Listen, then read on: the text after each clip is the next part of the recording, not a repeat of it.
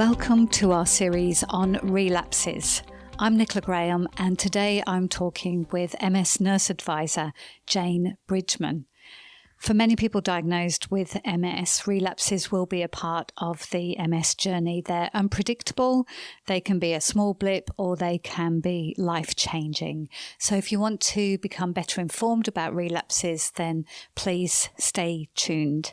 In this, our first episode in the relapse series, we're discussing what is a relapse, how can you identify if you're having a relapse, and how can you prepare an action plan.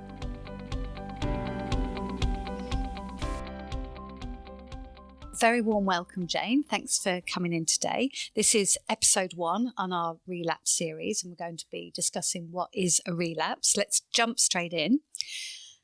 What is a relapse, and do all people who are diagnosed with MS experience relapses? Really good question, Nicola, and thank you for having me today.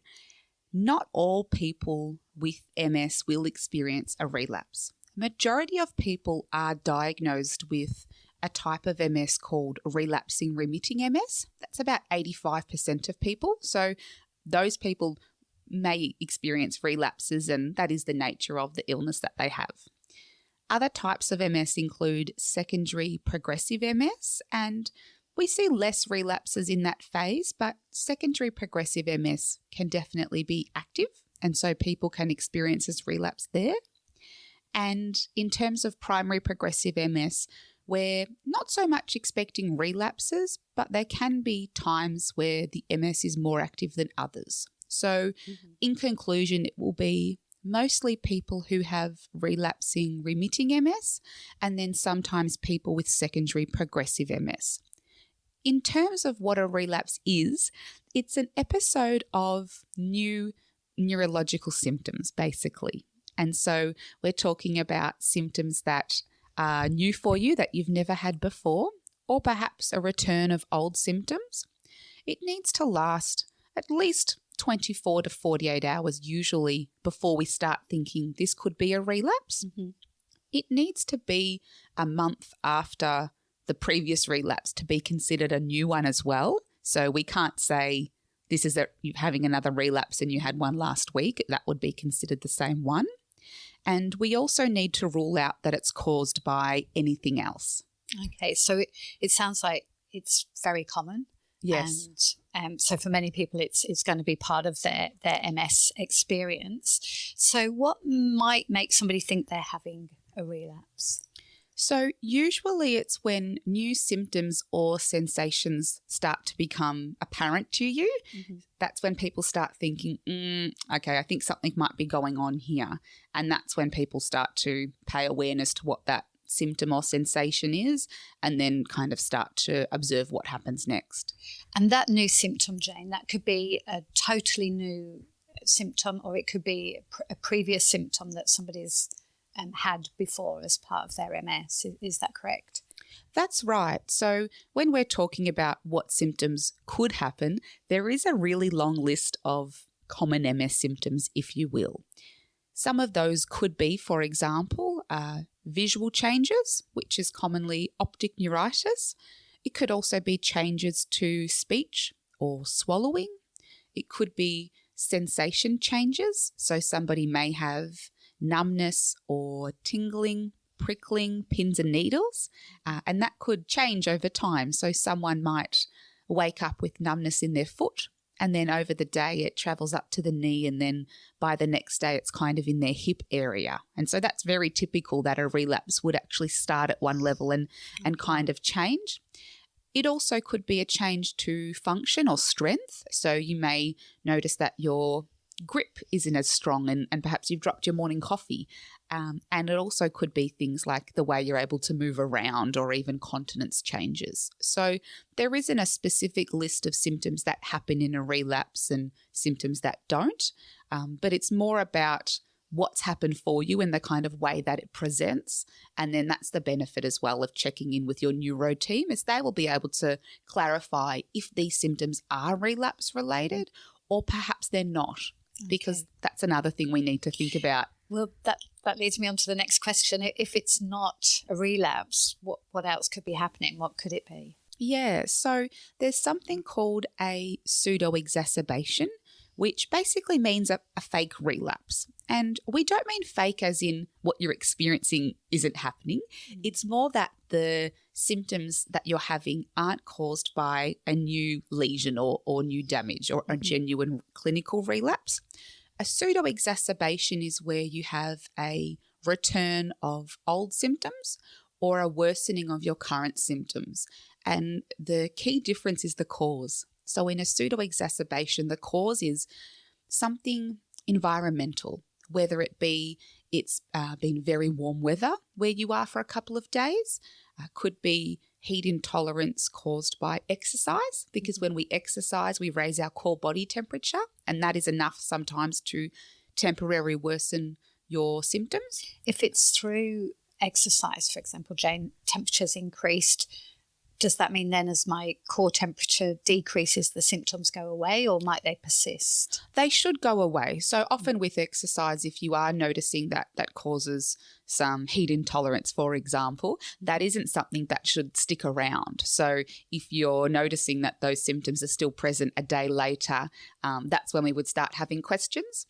Also, a fever, for example, can raise your core body temperature and worsen symptoms. Any other infections or illnesses as well could be medication side effects.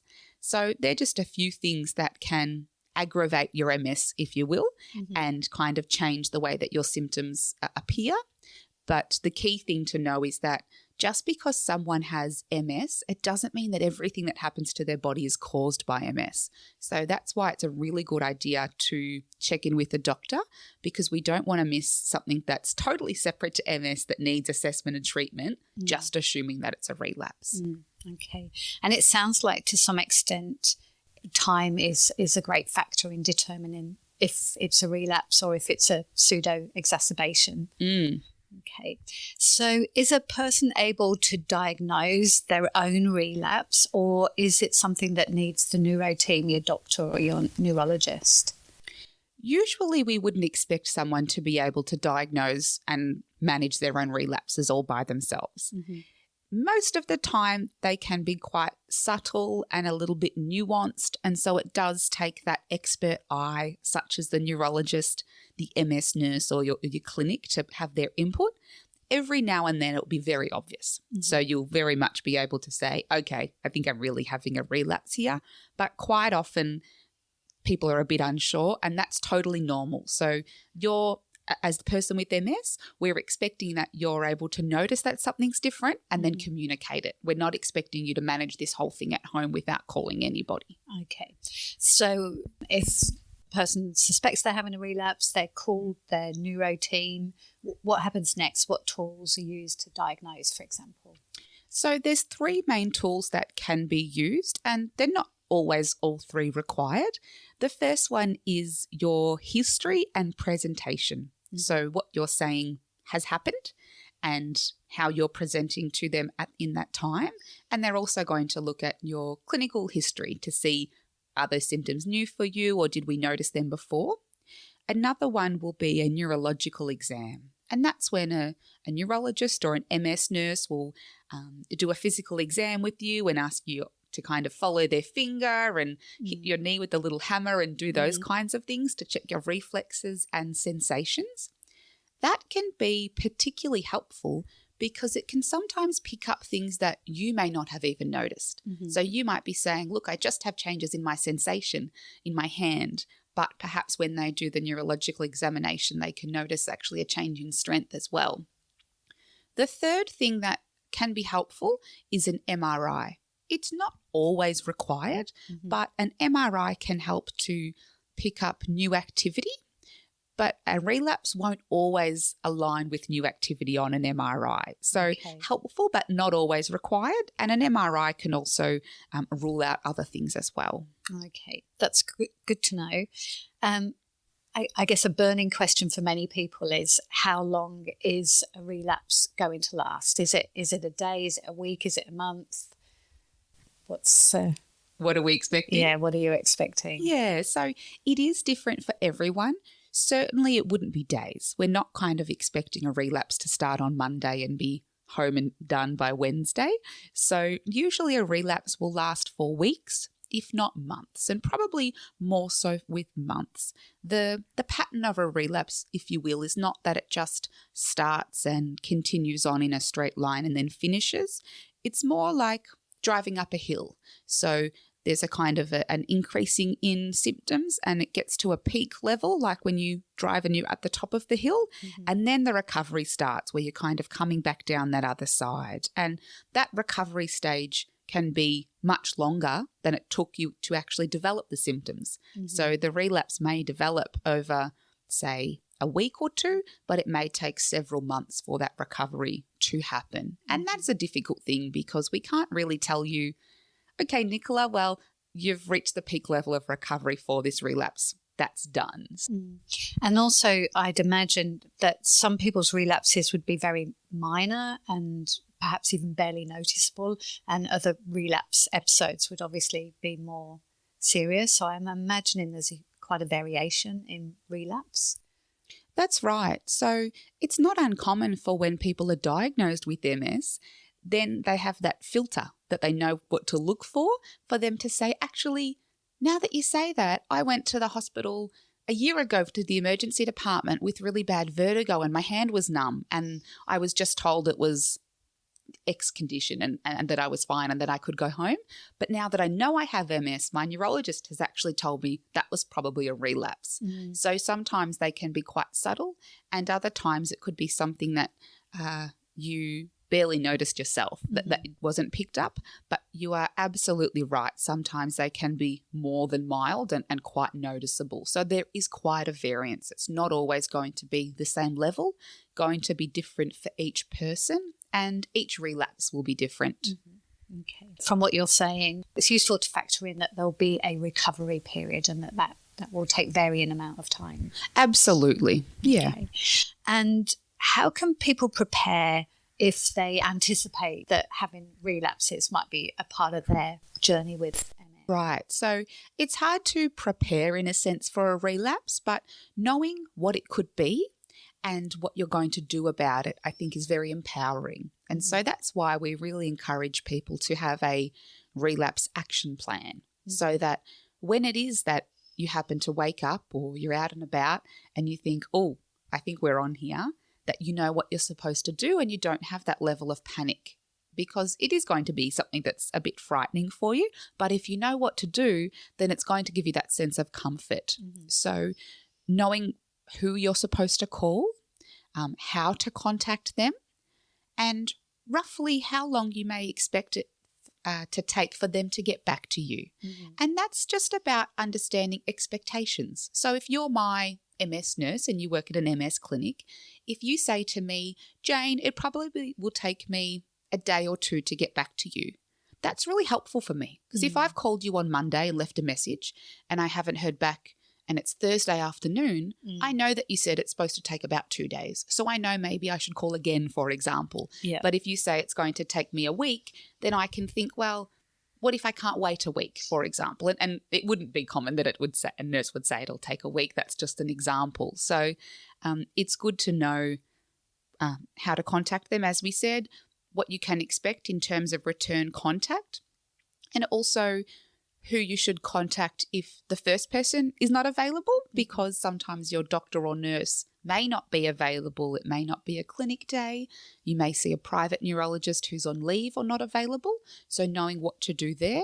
And then also, if you are worried and not feeling comfortable to wait for them to get back to you, what you're supposed to do in terms of going to a hospital. And for some people, their local hospital may not be where they get their MS treatment, especially for people living regionally and in rural areas. They may see a doctor on MS clinic in the city, and so it may be 4 hours drive for them to get to that emergency department. So if they know whether to go to their local hospital or how to work that can be really helpful. So they're the main things that you would be looking at in a relapse action plan.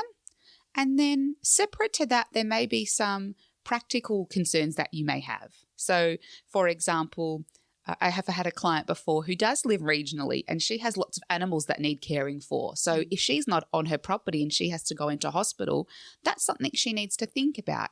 Now, you can't put meals for a horse in the freezer and have the horse take them out, but you may have a neighbour that you chat with and just say, look, if I ever wasn't here, would you be able to help me feed my cat or walk my dog? Or is there someone that can drive your kids to school? And you may not want to disclose those things to people, but even just having that thought in your mind about, okay, it would be this and this and this that I would have to think about if I wasn't able to do it, how I would manage that. Great. That's really good advice. And so thanks, Jane. And I look forward to the next episodes in these series, and we're going to look at other stages in the relapse journey. Thanks. Thank you, Nicola. And I think it's important for people to know that there are also more resources on this. So we've just had quite a brief overview on this, but we do have a great resource on our website called Managing a Relapse, and that does go into more depth about what we've discussed as well. Okay, great. Thank you. Thanks, Jane. Thanks for listening today. And of course, we'd love to hear from you. You can email us, msconnect@ms.org.au. You can send us feedback. You can send us some topics that you'd love us to record a podcast on. And you can just call us, 1-800-042-138. Thanks for your company and look forward to next time.